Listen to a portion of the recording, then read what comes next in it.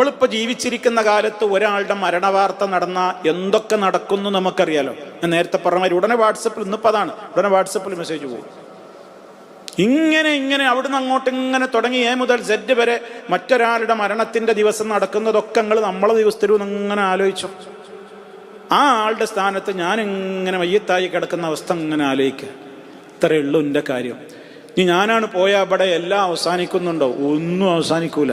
ഇവിടെ നടക്കണതൊക്കെ അതിൻ്റെ പൂർവോപരി ശക്തിയോടെ നടക്കും. ഞാനാണ് പോയിട്ടുണ്ടാവും, എനിക്ക് ഒന്നും ഇവിടെ നേടൂല, ഒന്നും കിട്ടാനില്ല. ഞാൻ അതുവരെ എന്തെങ്കിലും ഉണ്ടാക്കിയിട്ടുണ്ടോ അതും കൊണ്ട് ഞാൻ എൻ്റെ ഖബറിലുണ്ടാവും. ഒരു 2-3 ദിവസം കുടുംബത്തിൽ ചിരിയും കളിയൊന്നും ഉണ്ടാവില്ല. ഭാര്യ മാത്രം ഒരു 4 മാസവും 10 ദിവസവും അതിൻ്റെ ആചാരങ്ങളിൽ വീട്ടിലുണ്ടാവും.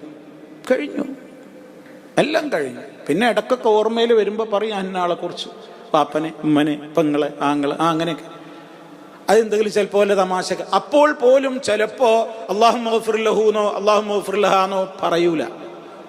ആലോചിക്കണം, വല്ലാത്ത അപകടമാണത്. ഞാൻ എപ്പോഴും ഓർമ്മപ്പെടുത്തുന്ന ഒരു സംഗതിയാണ്.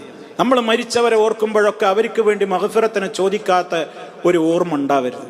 മരിച്ചവരെ ഓർക്കുന്നുണ്ടോ, ഉടനെ പറഞ്ഞോളൂ അല്ലാഹു മഗ്ഫിർ ലഹു. നമ്മളൊക്കെ എത്ര വാപ്പാരിയൊക്കെ ഓർക്കലുണ്ട്. പക്ഷെ ഓർത്തിട്ട് ചിരിച്ചിട്ട് അല്ലെങ്കിൽ ഓരെന്തെങ്കിലും ഒരു തമാശ എന്തെങ്കിലുമൊക്കെയാണ് പറയും.